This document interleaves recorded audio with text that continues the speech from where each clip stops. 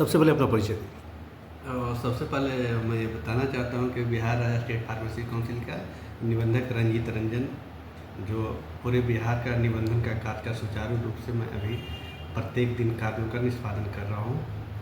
Sir, जैसा कि आज मीडिया टीम आपके पास पहुंची है जानने के लिए कि कब कब कुछ इसका पूरी तरह से शुभारंभ आपने किया अपने अपने अपने कर कमलों हाथों से, और क्या कुछ इसका एक माजरा रहा, किस तरह का मैटर रहा, थोड़ा इसके बारे में बताएं। सबसे पहले आपका तो थैंक्स बोलना चाहते हैं कि आपने आए मेरे काउंसिल में, और ये सारी बातें फार्मेसी काउंसिल के जितने भी फार्मेसी के हित के लिए, बिहार के लिए हर बात पहलुओं की जानकारी लेने के लिए आपने सबसे पहले थैंक्स। तो ये बोलना चाहते हैं कि जो फार्मेसी काउंसिल का जो गठन हुआ, जो 26 जून 2024 को हुआ, इसमें सबसे पहले माननीय मुख्यमंत्री, स्वास्थ्य मंत्री, प्रधान सचिव सर का, उप सचिव सर का, इन्हों के सहयोग से ये फार्मेसी काउंसिल का जो कार्य विगत 2 साल से बंद था, उसको एक पटरी पर लाने में सर का बहुत बड़ा एहसास है कि उन्हीं के मार्गदर्शन में एक काउंसिल का गठन किया, जिसमें माननीय स्वास्थ्य मंत्री, प्रधान सचिव सर इसका विशेषकर छात्र हित के लिए इसका गठन करवाया। गठन करवाने के लिए इसमें 15 मेंबर का सदस्य में डॉक्टर प्रकाश सिन्हा सर को अध्यक्ष के रूप में चुना गया। उपाध्यक्ष के रूप में डॉक्टर सतीश शंकर पाठक सर का चुना गया। उसके बाद 3 कार्यकारिणी सदस्य बनाए, जिसमें डॉक्टर सुधीर कुमार बने, राजेश राज श्रीवास्तव है जो कार्यकारिणी का सदस्य हुए, और अजय कुमार कार्यकारिणी का सदस्य बनाए गए। ये पूरे टीम के साथ बिहार स्टेट फार्मेसी काउंसिल का काम सुचारू 27 जून से स्टार्ट कर दिया गया। इसलिए सारे काम सुचारू रूप से चलेंगे। स्टार्टिंग में सबसे पहले निबंधन का कार्य पटरी पर थे, उसको पटरी पर लाने के लिए मार्गदर्शन दिया गया प्रेसिडेंट महोदय से कि इसको जल्दी से जितने भी पिछले विलम्ब है उसको निष्पादन कीजिए। जिस तरीके से आपने ये बात बताई सर, बहुत ही एक बेहतरीन एक संदेश जो आपने दिया है कि किस तरीके से हमने अपने तरीके से, किस तरीके से लोगों को अपने विचार से लोगों को एकत्रित किया। सर, माजरा क्या है, क्या कुछ माजरा रहा कि अगर इस तरह की जो बीच में जो बहुत सारी बातें हुई, बहुत सारे घोटाले की बात चल रही थी, बहुत सारी ऐसी चीज़ चल रही थी कि जो आदमी जीवित नहीं है फिर भी इस तरह का लाइसेंस मिला हुआ है, क्या ये बताना चाह रहे हैं कि निबंधन होने के नाते सब जो प्रत्येक साल प्रत्येक रजिस्ट्रेशन का नवीकरण की कार्य होती है, जो 1 जनवरी से लेकर 30 मार्च तक विदाउट विलम्ब शुल्क के लिए नवीकरण के कार्य होते हैं, और ये सालों प्रक्रिया चलती रहती है। लेकिन नवीकरण करने में सबसे बड़ी चैलेंजेबल ये बात सबसे पहले क्वेश्चन आया कि नवीकरण करने की क्या प्रक्रिया अपनाया जाए। इसके लिए मैं अपने अध्यक्ष महोदय को लिखित रूप से लिखा कि सर ये चैलेंजेबल जॉब है, इसमें किस तरह से सुचारू रूप से जो बिहार के प्रत्येक फार्मासिस्ट के किसी तरह का परेशानी नहीं हो और सही फार्मासिस्ट का हित के लिए नवीकरण किया जाए।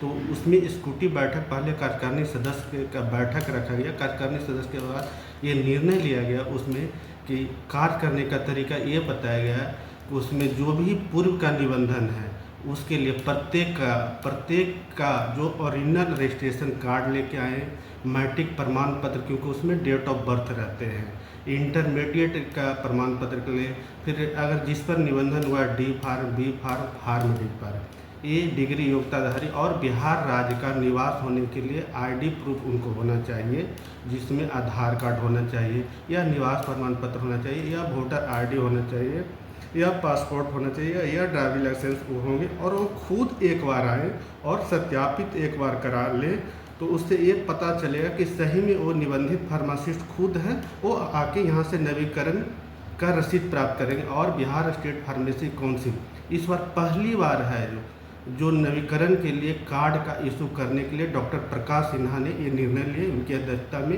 ये पहली बार कार्ड दिया गया, बिहार स्टेट फार्मेसी काउंसिल से पहला बार ये कार्ड का इशू किया गया सर। तो इस तरह से चैलेंज जॉब था, और सभी का सहयोग इसमें यह रहेगा। वरीय फार्मासिस्ट लोग जितने भी थे बिहार का, उनको मैं धन्यवाद देता हूँ कि उन्होंने इस कार्य के लिए हमें बहुत सहयोग दिए। वरीय शिक्षक जो भी फार्मेसी के थे, जितने भी जो निबंधित फार्मासिस्ट सीनियर लोग, हमको सहयोग दिया कि सर आप एक काम का, मैं इसको मोटिवेशन करके सभी लोग आएंगे और इसका निबंधन का रिन्यूअल का रसीद प्राप्त करेंगे। इसके लिए उन लोग का भी मैं एक धन्यवाद देता हूँ कि बहुत अच्छा सहयोग रहा उन लोग का। ऐसे में सर मिस्टर रंजीत रंजन जी जो अभी रजिस्ट्रार कम सेक्रेटरी हैं, साथ में ये बता दें कि आखिर जिस तरह से आपका अपना जो मेहनत है, आपका अपना जो लगन है, जिससे आप लोगों के प्रति दिल में अपनी पूरी तरह से जगह बना लिए, कितना संघर्ष करना पड़ा, किस किस मुद्दे को उठानी पड़ी और कितना संघर्ष आया आपकी लाइफ में? और संघर्ष सर हमेशा कुछ भी अच्छे काम के लिए संघर्ष करना ही पड़ता है, लेकिन ये संघर्ष करने के लिए कोई बड़ा संघर्ष नहीं था। लोगों की सच्चाई बातों को उनको जो भी आए उनको अवेयरनेस से समझाया गया है कि आप एक फार्मासिस्ट हैं, आप आएँ और अच्छे से निबंधन करा के यहाँ से जो भी है डॉक्यूमेंट प्रस्तुत करें। अगर प्रस्तुत करने में अगर कोई परेशानी हो तो हम एक समय एक मौका देते हैं कि आप इसके पेपर को ले आए, आपका निबंधन, फिर मैं दोबारा अच्छी कर दूंगा। ऐसा कोई परेशानी नहीं होने का है। जो प्रतियां नहीं मिल रही है और दोबारा इशू आपको खोज के कहीं से भी लाएँ, क्योंकि जो भी ओल्ड पर्सन थे उनको बहुत परेशानियां हो रही थी।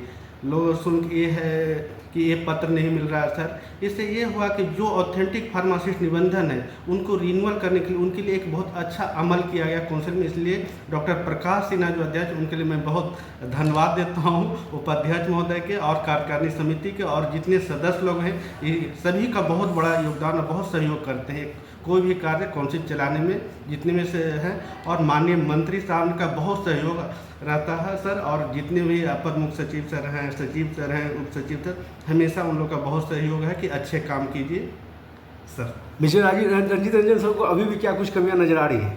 और कामियाँ सर अभी तो संघर्ष जारी है और इसको अच्छा करना है, आगे बेहतर फ्यूचर में है जो इसको ये और लगन से काम करके कि किसी को परेशानी नहीं हो, जिनवा जो फार्मासिस्ट है उनको निबंधन है जो सही समय पर मिल जाए।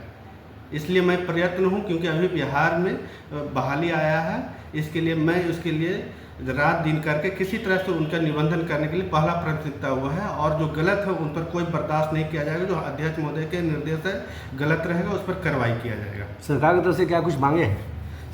सरकार का हमेशा सर का सहयोग रहता है। माननीय मंत्री साहब और अपर प्रधान सचिव सर का हमेशा मार्गदर्शन रहता है। उनके मार्गदर्शन में पूरे काउंसिल सुचारू रूप से चल रहा है सर। अभी क्या कुछ मांग रहे हैं? फिर अगर देखा जाए तो क्या कुछ ऐसा लग रहा है कि हमें उनसे ये बात बोलनी चाहिए जो बाकी रह गया, बोल नहीं पाए? नहीं सर का जो भी अध्यक्ष महोदय हमारे हैं जो बहुत इसके लिए जुझारू हैं, डॉक्टर प्रकाश